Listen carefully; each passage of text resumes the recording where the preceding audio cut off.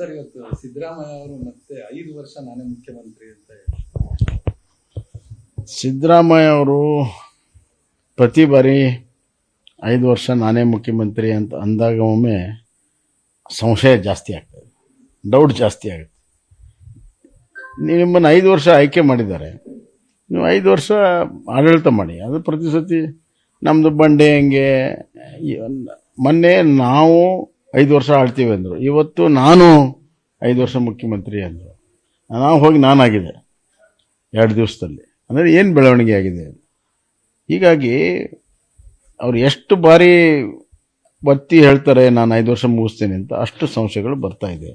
ನಮಗಲ್ಲ, ಆಡಳಿತಾರೂಢದ ಶಾಸಕರೇ ಈಗಾಗಲೇ ಸಾಕಷ್ಟು ಸಂಶಯ ವ್ಯಕ್ತಪಡಿಸಿದ್ದಾರೆ.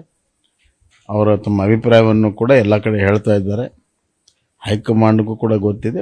ಒಟ್ಟಾರೆ ಸ್ಟೆಬಿಲಿಟಿ ಅಂತೂ ಕಳ್ಕೊಂಡಿದೆ, ಒಂದು ಸ್ಥಿರತೆ ಸರ್ಕಾರ ಕಳ್ಕೊಂಡಿದೆ. ಡಿ ಕೆ ಶಿವಕುಮಾರ್ ಅವ್ರ ನಡುವಿರುವಂಥ ಶೀತಲ ಸಮರ ಅವರ ಬೆಂಬಲಿಗರ ಮುಖಾಂತರ ಈಗ ಬಹಿರಂಗ ಆಗ್ತಾ ಇದೆ. ಬಟ್ ನನಗೆ ಅದು ಭಾಳ ಮುಖ್ಯ ಅಲ್ಲ. ನನಗೆ ಮುಖ್ಯ ಇರೋದು ಈಗಾಗಲೇ ಕುಸ್ತು ಹೋಗಿರುವಂಥ ಆಡಳಿತ, ಅಭಿವೃದ್ಧಿ ಶೂನ್ಯದ ಒಂದು ಪರಿಸ್ಥಿತಿ, ಕರಪ್ಷನ್ ಇಡೀ ಭಾರತ ದೇಶದಲ್ಲೇ ನಂಬರ್ 1 ರಾಜ್ಯ, ಜನರು ಸಂಕಷ್ಟದಲ್ಲಿ ಒಳಗಾಗಿದ್ದಾರೆ. ಮಳೆಯಿಂದ ಇದರಿಂದ ಎಷ್ಟೇ ಸಂಕಷ್ಟ ಆದರೂ ಕೂಡ ಅದಕ್ಕೆ ಯಾವುದೇ ರೀತಿಯ ಪರಿಹಾರ ಇಲ್ಲ, ಇನ್ನೊಂದಿಲ್ಲ, ರೈತರಿಗೆ ಪರಿಹಾರ ಇಲ್ಲ. ಎಷ್ಟೋ ಜನರಿಗೆ ಸರಿಯಾದ ಸಮಯಕ್ಕೆ ಸ್ಯಾಲ್ರಿ ಸಿಗ್ತಾ ಇಲ್ಲ, ಆರ್ಥಿಕವಾಗಿ ದಿವಾಳಿ ಆಗಿದೆ. ಇಷ್ಟೆಲ್ಲ ನಡುವೆ ಇವರು ಕುರ್ಚಿಗೆ ಕಚ್ಚಾಡ್ತಾರಲ್ಲ, ಇನ್ನು ಆಡಳಿತದ ವ್ಯವಸ್ಥೆ ಮೇಲೆ ಇನ್ನಷ್ಟು ದುಷ್ಪರಿಣಾಮ ಬೀಳ್ತದೆ. ಅಧಿಕಾರಿಗಳಿಗೆ ಯಾವುದೇ ರೀತಿಯ ಒಂದು ಸ್ಪಷ್ಟವಾದ ನಿರ್ದೇಶನವನ್ನು ಕೊಡೋಕ್ಕೆ ಸಾಧ್ಯ ಇಲ್ಲ. ಅಧಿಕಾರಿಗಳು ಇವ್ರ ಮಾತನ್ನು ಕೇಳೋದಲ್ಲ. ಈ ಥರ ಆದರೆ ಒಂದು ಕರ್ನಾಟಕ ರಾಜ್ಯ ಒಂದು ಅತ್ಯಂತ ಅಭಿವೃದ್ಧಿಶೀಲವಾಗಿರುವಂಥ ಸಮೃದ್ಧ ರಾಜ್ಯವನ್ನು ಹಾಳು ಮಾಡ್ತಾರಲ್ಲ ಅನ್ನುವಂಥ ಒಂದು ಸಂಕಟ ನಮಗೆ. ಜನ ಅಂತೂ ಹಿಡಿ ಶಾಪ ಆಗ್ತಾ ಇದ್ದಾರೆ. ನಾನು ಒಂದೇ, ನೀವು ಆಡಳಿತ ಮಾಡಂಗಿದ್ರೆ ಬಾಯಿ ಮುಚ್ಚಿಕೊಂಡು ಜನಪರವಾದ ಕೆಲಸ ಮಾಡಿ. ನಿಮ್ಮ ಕೈಲಾಗಲ್ಲ, ಕಚ್ಚಾಟ ಒಬ್ಬರು ಕಾಲೊಬ್ಬರು ಹೇಳ್ಕೊಂಡು ದಿವಸ ಒಂದೊಂದು ಸ್ಟೇಟ್ಮೆಂಟ್ ಕೊಟ್ಕೊಂಡು ಗೊಂದಲ ಎಬ್ಸೋದಕ್ಕಿಂತ ನಿಮ್ಮ ಮನೆಗೆ ಹೋಗೋದು ವಾಸಿ.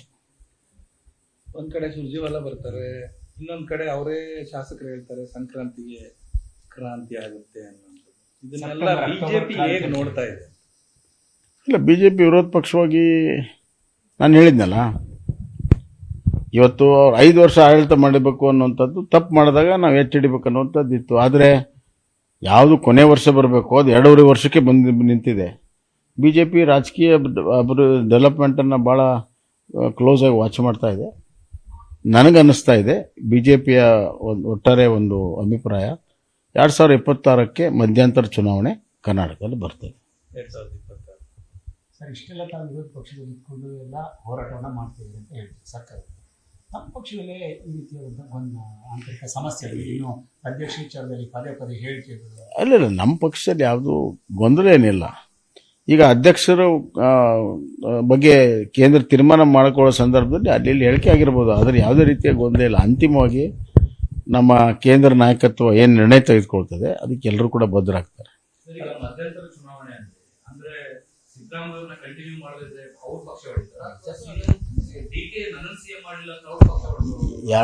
ಎರಡೂ ಥರ ನೋಡಿದಾಗಲೂ ಕೂಡ ಈ ಸರ್ಕಾರ ಉಳಿಯೋದು ಭಾಳ ಕಷ್ಟ ಸ್ಥಿತಿಯಲ್ಲಿದೆ. ಹೈಕಮಾಂಡ್ ಭಾಳ ವೀಕ್ ಇದೆ. ಇವತ್ತು ಕಾಂಗ್ರೆಸ್ ಹೈಕಮಾಂಡ್ ಭಾಳ ವೀಕ್ ಇದೆ. ಹೀಗಾಗಿ ನನಗನ್ನಿಸ್ತಾ ಇದೆ ಸರ್ಕಾರ ಬೀಳೋದು ಖಂಡಿತ. ಅದು ಬಿದ್ದ 6 ತಿಂಗಳಿಗೆ ಎಲೆಕ್ಷನ್ ಆಗ್ತದೆ, ಮಧ್ಯಂತರ ಎಲೆಕ್ಷನ್ ಆಗುತ್ತೆ. ಸರ್, ಬಿಜೆಪಿ ಯಾವಾಗಲೂ ಕೂಡ ಇದನ್ನೇ ಹೇಳ್ಕೊಂಡು ಬರ್ತಾ ಇದೆ, ಅಂದ್ರೆ ಸರ್ಕಾರ ನಾಳೆ ಬೀಳುತ್ತೆ, 4 ತಿಂಗಳಿಗೆ ಸಿಎಂ ಆಗ್ತಾರೆ. ಅಶೋಕ್ ಅವರಂತೂ ಯಾವಾಗಲೂ ಹೇಳ್ತಾನೆ ಇರ್ತಾರೆ. ಅಂದ್ರೆ ಯಾವ ರೀಡ್ ಮಾಡ್ತಾ ಇದೆ ಅಂದ್ರೆ, ಯಾವ ರೀಡ್ ಮಾಡೋದಂದ್ರೆ ಈಗ ನಾವು ಹಕ್ಕದಾರ ಅಲ್ಲಪ್ಪ.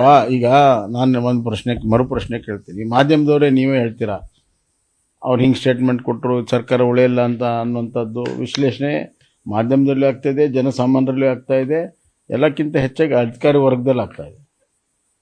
ಅಧಿಕಾರಿ ವರ್ಗಕ್ಕೆ ವಿಶ್ವಾಸ ಹೋಗಿದ್ದೀವಿ 5 ವರ್ಷ ಮಾಡ್ತಾರೆ ಅಂತ. ಎಲ್ಲ ನೋಡಿಕೊಂಡು ಖಂಡಿತ ನಮಗೂ ರಾಜಕೀಯ ಅನುಭವ ಇದೆಯಲ್ಲ. ಹೀಗಾಗಿ ಇದು ಸರ್ಕಾರ ಭಾಳ ಸುಳ್ಳಿಲ್ಲ ಅನ್ನೋಂಥದ್ದು ನಿಶ್ಚಿತವಾಗಿರುವಂಥ ಒಂದು ಅಭಿಪ್ರಾಯ. ಇನ್ನೊಂದ್ಸರಿ ಈಗ ಜಾತಿ ಸಮೀಕ್ಷೆ ಅಂತ ಮಾಡ್ತಾ ಇದೆ. ಈಗ ಅದು ಯಾವ ಮಟ್ಟಕ್ಕೆ ಬಂದಿದೆ ಅಂದ್ರೆ ಯಾವ ಮನೇಲಿ ಯಾರಿದ್ದಾರೆ ಅನ್ನೋಂಥದ್ದು ಗೊತ್ತಿಲ್ಲ. ಆದರೆ ಇವ್ರ ಮನೆದು ಸಮೀಕ್ಷೆ ಮುಗಿದಿದೆ ಅನ್ನೋಂಥ ಸ್ಟಿಕ್ಕರ್ಗಳು ಎಲ್ಲ ಕಡೆನೂ ನೋಡ್ತಾ ಇದ್ದೀವಿ. ಮತ್ತೆ ಎಲ್ಲರೂ ಕೂಡ ಪಬ್ಲಿಕ್ ಅದಕ್ಕೆ ಅಪೋಸ್ ಮಾಡ್ತಾರೆ, ನಮ್ಮ ಮನೆಗೆ ಬಂದಿಲ್ಲ, ನಮ್ಮ ಮನೆ ಮುಂದೆ ಸ್ಟಿಕ್ಕರ್ ಇದೆ ಅಂತ.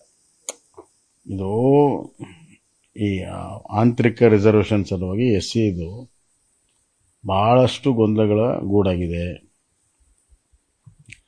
ಅದರಲ್ಲಿ ಇರುವಂಥ ಬೇರೆ ಬೇರೆ ಕೆಟಗರಿ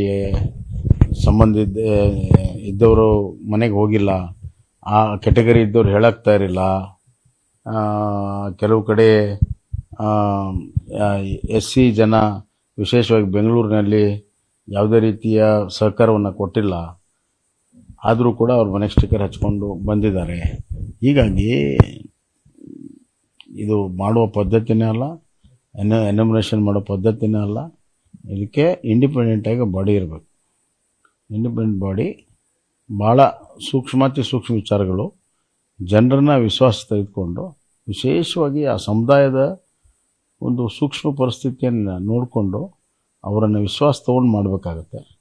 ಇವರು ರಾಜಕೀಯ ಪ್ರೇರಿತವಾಗಿರುವಂಥ ಈ ಕೆಲಸ ಮಾಡಕ್ಕೆ ಹೊರಟಿದ್ದಾರೆ, ಅವಸರದಲ್ಲಿ ಮಾಡಕ್ಕೆ ಹೊರಟಿದ್ದಾರೆ. ಅದಕ್ಕೆ ಹಿಂಗಾಗ್ತಾರೆ. ಅಲ್ಲ, ಆ ಸಮುದಾಯವೇ ಅಲ್ಲ, ಬೇರೆ ಅದೇ ಹೇಳ್ತಾ ಇರೋದು. ಜಾತಿಗಳ ಮನೆಗಳಿಗೂ ಕೂಡ ಅದೇ ಈಗ ಯಾರು ಇರ್ತಾರೆ ಏನಿರ್ತಾರೆ ಅನ್ನೋದನ್ನು ಅವ್ರು ಡಿಕ್ಲೇರ್ ಮಾಡೋಕ್ಕೆ ತಯಾರಿಲ್ಲ. ಇವರು ಒಂದು ಫ್ಲ್ಯಾಟಲ್ಲಿ ಹೋಗ್ಬಿಟ್ರೆ ಎಲ್ಲ ಸಮುದಾಯದವ್ರು ಇದ್ದಾರೆ. ಸೊ ಪ್ರತಿಯೊಂದು ಮನೆಗೆ ಹೋಗಿ ನೀವು SC ಲೆಫ್ಟಾ ರೈಟಾ ಅಂತ ಕೇಳಿದರೆ ಅವ್ರು ಏನು ಹೇಳ್ತಾರೆ? ಅದಕ್ಕೆ ಇದು ಭಾಳ ಸೂಕ್ಷ್ಮವಾಗಿರೋಂಥ ವಿಚಾರ.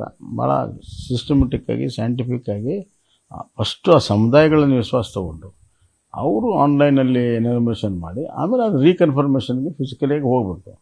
ಅದೇನು ಮಾಡ್ದೇ ಇವರು ಒಂದೇ ಸತಿಗೆ ಎಲ್ಲ ಕಡೆ ಹೋಗ್ಬಿಟ್ಟು ನೀವು SC ST ಅದರಲ್ಲಿ ಯಾವುದು ಅನ್ನೋಂಥದ್ದನ್ನು ಈ ಥರ ಮಾಡೋಕ್ಕೆ ಹೋದಾಗ ಭಾಳಷ್ಟು ಜನಕ್ಕೆ ತೊಂದರೆ ಆಗ್ತದೆ. ಸರ್, ಈಗ ನಿಮ್ಮ ಪಕ್ಷದ್ದೇ ಹೇಳ್ತಾ ಇದ್ರಿ ಅಧ್ಯಕ್ಷರ ಸ್ಥಾನ ಇವತ್ತು ಶ್ರೀರಾಮುಲು ಅವರು ಕೂಡ ವಿಜೇಂದ್ರನೇ ಮುಂದುವರಿತಾರೆ ಅನ್ನೋಂಥದ್ದು. ರಾಮ್ಲು ಅಧ್ಯಕ್ಷ ಸ್ಥಾನ ಖಾಲಿ ಇಲ್ಲ ಆಗಲ್ಲ. ಒಂದು ನಿಮಿಷ, ರಾಮ್ಲು ಅವ್ರ ಅಭಿಪ್ರಾಯ ಅವ್ರು ಹೇಳಿದ್ದಾರೆ. ರಾಮ್ಲು ಅವ್ರ ಅಭಿಪ್ರಾಯ, ನಮ್ಮದು ಅಭಿಪ್ರಾಯ ಇದೆ, ಎಲ್ಲರದ್ದು ಅಭಿಪ್ರಾಯ ಇದೆ. ಎಲ್ಲರ ಅಭಿಪ್ರಾಯ ಕೇಳಿ ಹೈಕಮಾಂಡ್ ತೀರ್ಮಾನ ಮಾಡ್ತಿದೆ. ಅಲ್ಟಿಮೇಟ್ಲಿ ಏನು ರಾಮ್ಲು ಹೇಳಿದ್ದಾರೆ ಅದನ್ನು ಹೈಕಮಾಂಡ್ ಹೇಳ್ಬೇಕಲ್ಲ. ಹೈಕಮಾಂಡ್ ಹೇಳಿದಾಗ ಅಂತಿಮ. ಯಾವಾಗ ಯಾಕೆಂತ ಹೇಳಿದ್ರೆ ಬಹುತೇಕ ರಾಜ್ಯಗಳಲ್ಲಿ ಈಗ ಬಿಜೆಪಿ ಅಧ್ಯಕ್ಷರು ಅಧಿಕೃತ ಆಯ್ಕೆಗಳಾಗಿದೆ. ಇನ್ನು ಕೆಲವೇ 4-5 ರಾಜ್ಯ ಮಾತ್ರ ಬಾಕಿ ಇದೆ. ಕರ್ನಾಟಕದಲ್ಲೂ ಅದೇ ರೀತಿಯಂತ ವಾಸ್ತವ ಸ್ಥಿತಿ ಹೋಗ್ತದೆ. ಅಲ್ಲ, ನನಗೆ ಗೊತ್ತಿಲ್ಲ ಯಾವಾಗ ಆಗುತ್ತೆ ಅಂತ, ಆದರೆ ಶೀಘ್ರದಲ್ಲಿ ಆಗುತ್ತೆ ಅಂತ ನನಗನ್ನಿಸ್ತದೆ. ಅಲ್ಲ, ಹೈಕಮಾಂಡ್ ನೀವು ಹೈಕಮಾಂಡ್ ಭೇಟಿ ತಾವು ಕೂಡ ಹೈಕಮಾಂಡ್ ಭೇಟಿಯಾಗಿ ಇದುವರೆಗೂ ನಾನು ಭೇಟಿಯಾಗಿಲ್ಲ.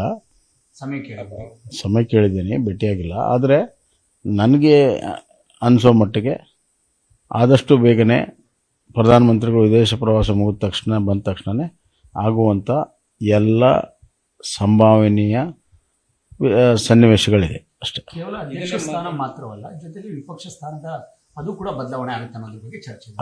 ಅದ್ರ ಬಗ್ಗೆ ನಂಗೆ ಮಾಹಿತಿ ಇಲ್ಲ. ಅಲ್ಲ ಸರ್, ಅಪಾಯಿಂಟ್ಮೆಂಟ್ ಕೇಳಿದ್ದೀನಿ ಅಂದರೆ ಇದ್ರ ಬಗ್ಗೆ ಮಾತನಾಡಿ ಇದ್ರ ಬಗ್ಗೆ ಅಂತಲ್ಲ, ಒಟ್ಟಾರೆ ಕೆಲವು ವಿಚಾರಗಳಿದೆ. ಡೆವಲಪ್ಮೆಂಟ್ ಆಫ್ ದಿ ಸ್ಟೇಟು, ಕೆಲವು ಪ್ರಾಜೆಕ್ಟ್ಸು, ಅವುಗಳ ಬಗ್ಗೆನೂ ಮಾತಾಡೋಕ್ಕೆ ಟೈಮ್ ಕೇಳಿದೆ. ಅಮಿತ್ ಶಾ ಯಾರು?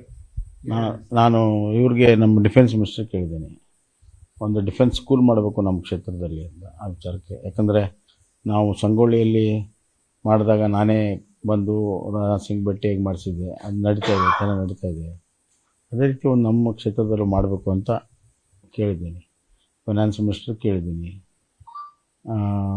ಧರ್ಮೇಂದ್ರ ಪ್ರಧಾನ್ ಕೇಳಿದ್ದೀನಿ, ನಡ್ಡಾ ಅವ್ರಿಗೂ ಕೇಳಿದ್ದೀನಿ, ಅಮಿತ್ ಶಾ ಅವ್ರಿಗೂ ಕೇಳಿದ್ದೀನಿ. ಗೊತ್ತಿಲ್ಲ, ಅವರು ಇನ್ನೂ ಏನು ಹೇಳಿಲ್ಲ.